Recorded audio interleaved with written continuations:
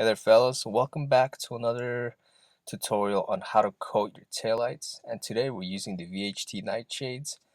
You can order this from their website or Amazon, or you can also pick it up in person. I picked this up from my local O'Reilly's Auto Shop, and you're also going to need uh, a masking tape and some latex gloves to protect your hands.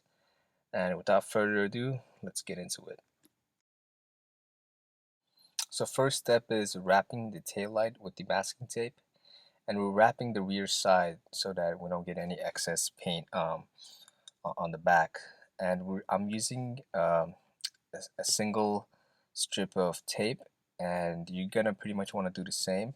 If you mess up, it's fine, just reapply over it. But I'm gonna demonstrate in here how I did my tail light so that you can, if you want, you can follow exactly as I did. And we'll go on when I'm done wrapping this up.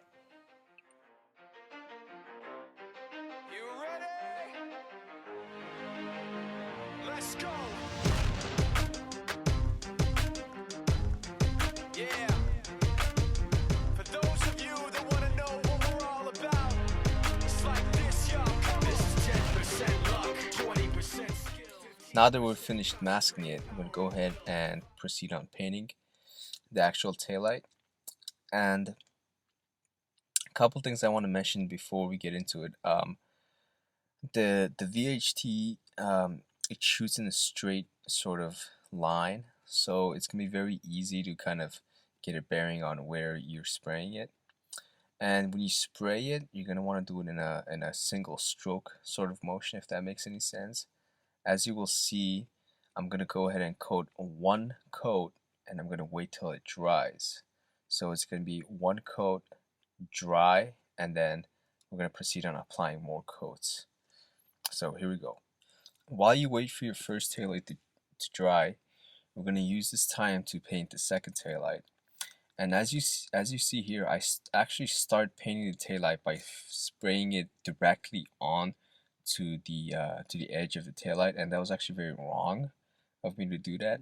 I suggest you guys start by literally shooting onto the ground or the newspaper below it, and then moving on. So as we wait for the second taillight to dry, we're gonna jump into our second coat on the first taillight. And as you see here, I actually moved my taillight on a higher surface. It's close to my chest level. And I suggest you guys do this from the beginning, and it's just going to make the job much more easier. And plus, it gives you more control. And as you see here, I'm just sort of glazing over my taillight, as sort of in a short burst spray kind of pattern, and it just gives us more accuracy. So keep doing this until you get a nice even finish throughout the taillight, and we're going to move on to our second coat on the first taillight. So this is our second and final coat on our second taillight. And I'm pretty much satisfied with the look only because I've actually applied too much on the first time around.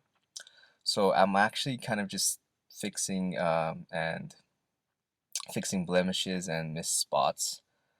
And I'm using the same technique as before, just sort of glazing over it, short spray patterns. And I actually want to show you guys a huge mistake that I made, which was, as I mentioned earlier, start by shooting the spray onto the ground first and then moving onto the taillight, or else you'll get these dripping patterns that have actually formed on mine, as you can see. And the best way to avoid this is to, like I said, start it from the ground, shoot the spray onto the ground, and then move on to the taillight. So other than that, I'm very satisfied with the finished product. I highly recommend you guys do this. And thank you for watching my videos. I hope this was informative and helpful. Please give it a thumbs up, rate, subscribe, and I'll see you guys next time.